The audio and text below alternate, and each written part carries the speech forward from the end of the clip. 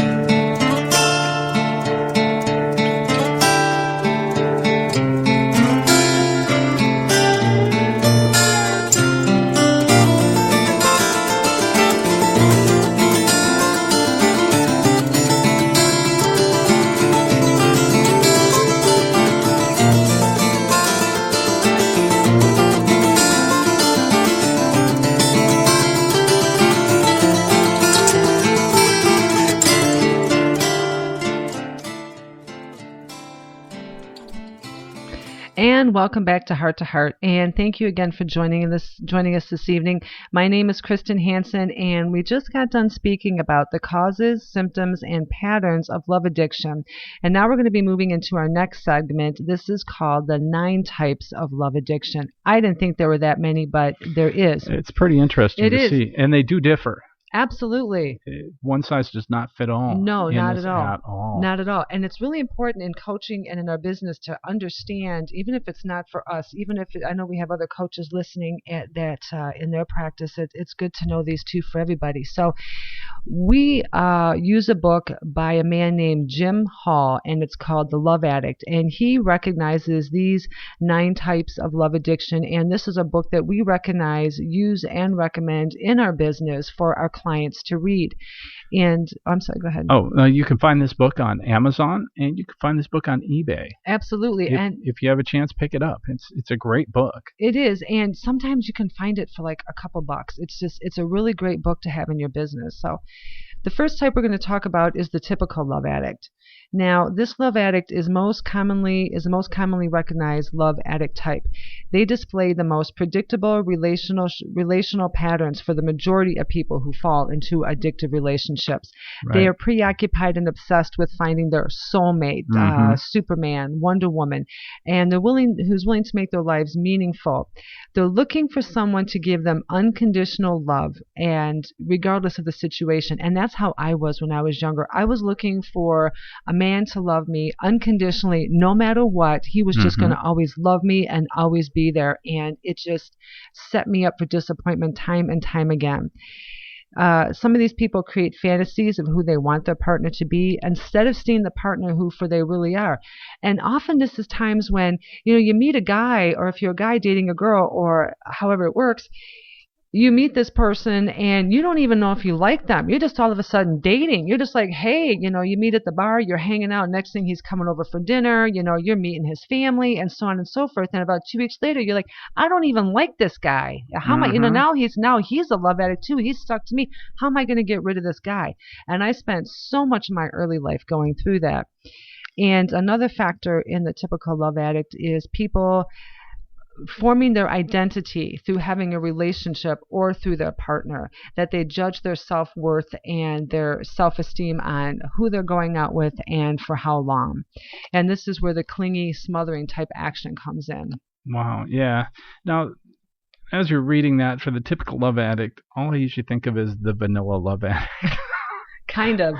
But moving on, number 2, to the romantic love addict. The romantic love addicts are romantic junkies and relationship hoppers. They compulsively hop from one infatuated relationship to another in an attempt to keep that keep that supply and demand of that addiction going. Yes. Initially, they often believe that they're in love with the person that they start a relationship with, but they don't truly fall in love. No. Romantic love addicts are addicted to the fantasy created in their mind and have false and unrealistic expectations that one day they'll find that one right person, somehow that will keep them in that initial romantic rush passion and intensity, keep that going on all the time, which is a very impossible task. Right. Even for anyone like you and I. And that's like the second most common, the romantic love addict. They're the ones going from relationship to relationship. And it's true, they never really do fall in love all the way. They're more in love with the notion of falling in love. Right. And that process of getting to, I've seen myself in that one at times where it's that, after my divorce, there's that rush of getting to know someone. Sure. Oh my gosh. And you like, what on your waffles? No, I mean, serious. I got to, you like peanut butter on your waffles? So do I. And I was all excited about it. And wow, maybe this is my soulmate. They like peanut butter on their waffles too. And that was me, though.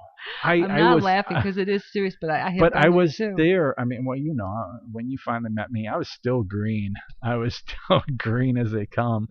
And starting to season up a little. You were fun, and we're not, like I said, we're not laughing at anyone who has this. It's because we definitely see ourselves in there, and how many of us do, really? How many of us do? Definitely. So number 3 is what they call the anorexic love addict, and I love this. I just thought this was such an awesome term for this. The anorexic love addict compulsively avoids relationships and intimacy.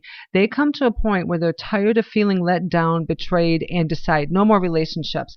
And they put all of their compulsion and all their addiction into keeping away people. That's their sole consumption. Stay away from me. I don't want to have anything to do with you. And they don't want to get involved. They have a distorted perception. They have the experience of feeling betrayed, abandoned, and rejected again and again, and it goes through their mind, and it plays and plays and plays. And oftentimes they beat themselves up with this. Right. You know, they will use this as a catalyst too, where I can't possibly in a relationship because it's going to end anyway. They have an obsessive state with the physical, mental, and emotional task of avoiding romantic relationships, and that rules their life completely. Sure. They either see it all one way or all the other. Very black and white there. Very, yeah. Yeah, which moves us on to the non-romantic love addict. Mm-hmm. The non-romantic love addict becomes obsessed with the person, but has nothing to do with the love, romance, or sexual passion. They can become obsessively addicted to anyone, an acquaintance, a friend, a priest, teacher, coworker, child, or even a celebrity. Yeah. Well, celebrities see that all the time. Well, look at what happened. Who were we talking about when we were rehearsing this? Mike John Lennon. With Mark Chapman. Yeah. Absolutely. And with John F. Kennedy, people become so obsessed. And when things don't go their way, then they turn violent. Yes.